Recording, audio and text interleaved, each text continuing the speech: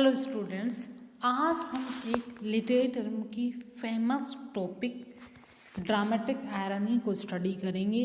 Dramatic irony क्या है, dramatic irony को लिटरेचर में क्यों यूज़ किया जाता है, इसके कौन कौन सी स्टेजेस होती हैं, इसका टाइप्स हमें अभी नहीं स्टडी करना है कि किस तरह से वो अलग अलग टाइप्स की होती है, जैसे वर्बल आयरनी होना, इसके अलावा आपकी मतलब सिचुएशनल आयरनी होना। लेकिन फिर भी मैं यहाँ पर थोड़ा बहुत उनका मतलब आपको थोड़ा बहुत उसको ब्रीफ में आपको उसको हम स्टडी करेंगे।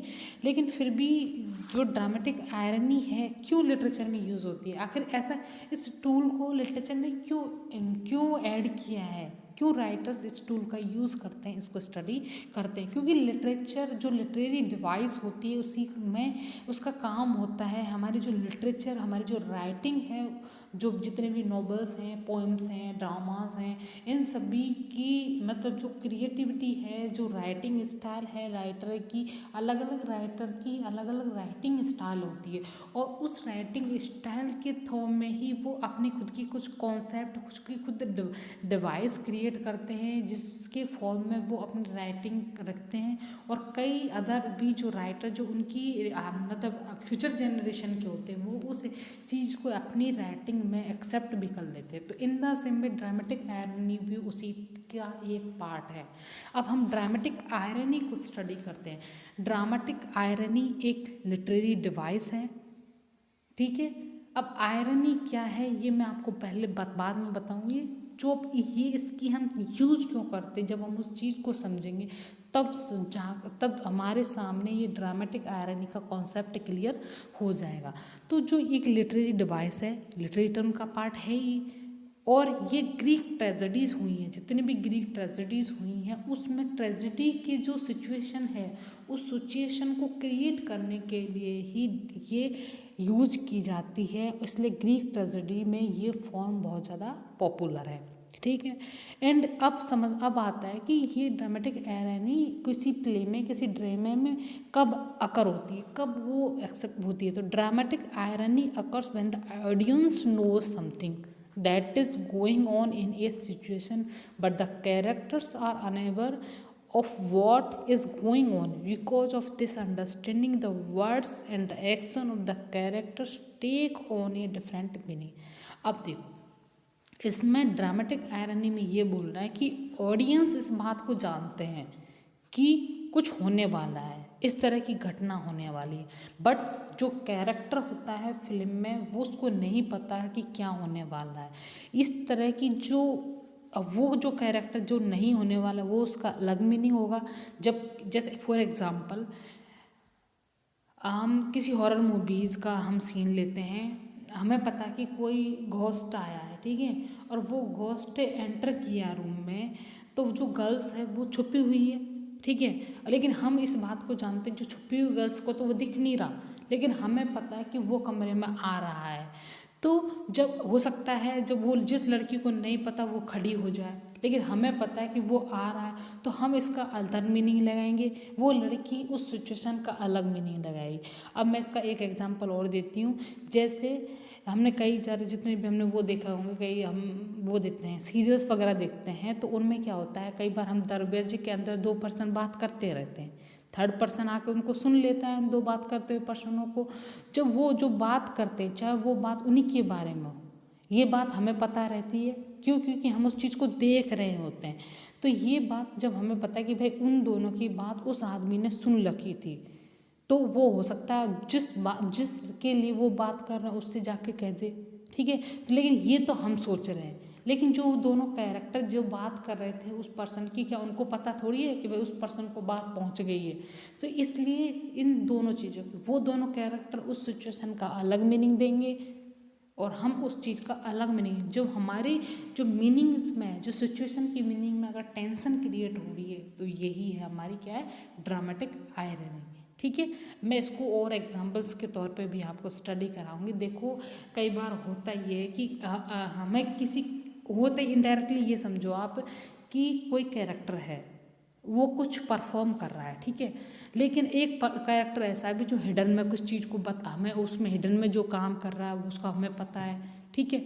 जैसे हमारी एक स्टोरी है gift of Maggi. Gift of Maggi में हस्बैंड वाइफ रहते हैं, हस्बैंड वाइफ दोनों एक दूसरे की पसंद की चीज़ें लेते हैं, लेकिन जब हमें पता है कि उसने उसके बाल कटवा दिए तो वो उसकी बालों के लिए जो भी पिन लाए तो क्या उसके लिए यूज़फुल रहेगी, ये बात सिर्फ हमें तो पता ही, उसको कैरेक्टर को जो उसके हस्बैंड को पता थोड़ी था कि उसने उसके बाल कटवा लिए। तो इस तरह की जो आयरनी, दो अपोजिट मतलब सिचुएशन क्रिएट होना बाय ऑडियंस के द्वारा एंड बाय कैरेक्टर के द्वारा ही क्या है, ड्रामेटिक आयरनी है। इसमें जो अंडरस्टैंडिंग है वो वर्ड्स की और एक्शन की दोनों की डिफरेंट मीनिंग देती है। किस किस की, कैरेक्टर की और ऑडियंस की। क्यों? क्योंकि ऑडियंस उस सिचुएशन को देख लेते हैं जबकि कैरेक्टर उससे अनअवेयर रहता है, उसको पता ही नहीं होता है। ठीक है, जब टेंशन डेवलप हो जाती है, what the audience and character know is happening, the audience is encouraged to fear the moment when character learns the truth that viewer already knows and how he or she will deal with। अब जब उस घटना को पहले से ही वो जो audience है वो जान लेते हैं तो उनके अंदर क्या होगी, क्यूरियोसिटी जाग जाती है कि भाई अब ये होगा। अब हमें इस बात को समझना कि जो कैरेक्टर को जब इस सिचुएशन का पता चलेगा तब उसका क्या रिएक्ट होगा, क्या वो समझेगा उस चीज़ को। तो यहाँ पर जो ड्रामेटिक आयरनी वो इसीलिए यूज किया, ज़्यादातर जितने भी ड्रामा हैं उनमें इसको ज़्यादातर यूज किया जाता है। और जितने चाहे शेक्सपियर की बहुत सारी जितने कई सारी ट्रेजेडीज़ में इस जो टर्म है उसको बहुत ज़्यादा यूज़ किया है ताकि जो सिचुएशन है वो बहुत अच्छी बने और जो ऑडियंस है वो लगातार उससे कनेक्टेड रहें। तो अब ये आ गया हमारा मीनिंग्स, क्या सिचुएशन होती है। अब आता है राइटर्स जो यूज करते हैं dramatic irony as a tool to create and sustain the audience interest. सिर्फ ऑडियंस के इंटरेस्ट को बरकरार करने के लिए ही ड्रामेटिक आयरनी का यूज़ किया जाता है। ये ड्रामेटिक आयरनी है, ये एक क्यूरियोसिटी जनरेट करती है। क्यों? क्यूरियोसिटी अगर उनमें नहीं आ गई तो वो जो ऑडियंस है कंटिन्यूटी से उस चीज़ को, उस प्ले को नहीं देखेंगे। ये बेसिकली थिएटर से बिलोंग करती है, इसलिए मैंने यहाँ पर सीरियल्स का एग्जाम्पल्स लिया था। ठीक है, इसकी 3 स्टेज होती हैं। फर्स्ट में इंस्टॉल होना चाहिए, मतलब उसमें ड्रामेटिक आयरनी डाली जाती है। एक्सप्लोइटेशन वो वर्क करती है, रिजोल्यूशन बाद में उसका रिजल्ट आता है। ठीक है, इंस्टॉलेशन होता है डालना बात को, एक्सप्लोइटेशन वो वर्क करती है और रेजोल्यूशन वो रिजल्ट क्या देती है। ठीक है, अब जो हमें इसको ओथेलो जो फेमस ट्रेजेडी है शेक्सपियर की, उससे हम इस सिचुएशनों को थोड़ा डिस्कस करते हैं। ठीक है, Iago persuaded Othello that Desdemona is having an affair with the mysterious Cassio। जो एगो है वो इस बात को परस्यूट करता है ओथेलो के साथ में कि डेस्डेमोना का किसके साथ में, कैसियो के साथ में अफेयर चल रहा है। ठीक है, और डेस्डेमोना का जो हैंड कर्चीफ है वो ओथेलो को से उसे गिफ्ट के तौर पर मिला है, वो जो है केशव के रूम में इसको डाल देता है। तो इसलिए जो मिस्टेक है वो डेवलप हो जाती है। ठीक है, इसका रिजल्ट ये हो जाता है कि ओथेलो डेस्डेमोना का मर्डर कर देता है। उसके बाद में इमिलिया के द्वारा उसको सच्चाई पता चलती है कि डेस्डेमोना बेकसूर होती है।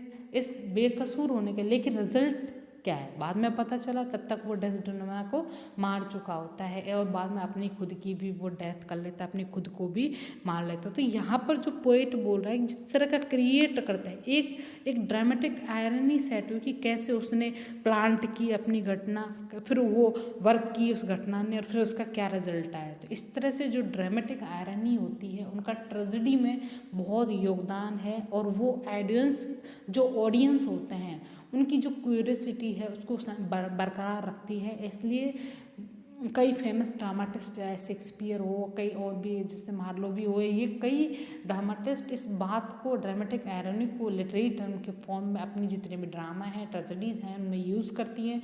उसका बेसिक इफेक्ट होता है कि वो अपने जो ऑडियंस हैं, जो रीडर्स हैं, उनको कंटिन्यूटी में लाए जाएँ कि कौन सा कैरेक्टर किस तरह की सिचुएशन में किस तरह का रिएक्ट करेगा। ये दोनों एज्यूम अलग अलग करते हैं, तो यहाँ अलग अलग जो मीनिंग है वर्ड्स का और एक्शंस का जो कि ऑडियंस के द्वारा, जो कैरेक्टर के द्वारा लिया जाता है, वही हमारा क्या होता है, ड्रामेटिक आयरनी होती है। ठीक है, ये आपका ड्रामेटिक आयरनी था। Thank you very much.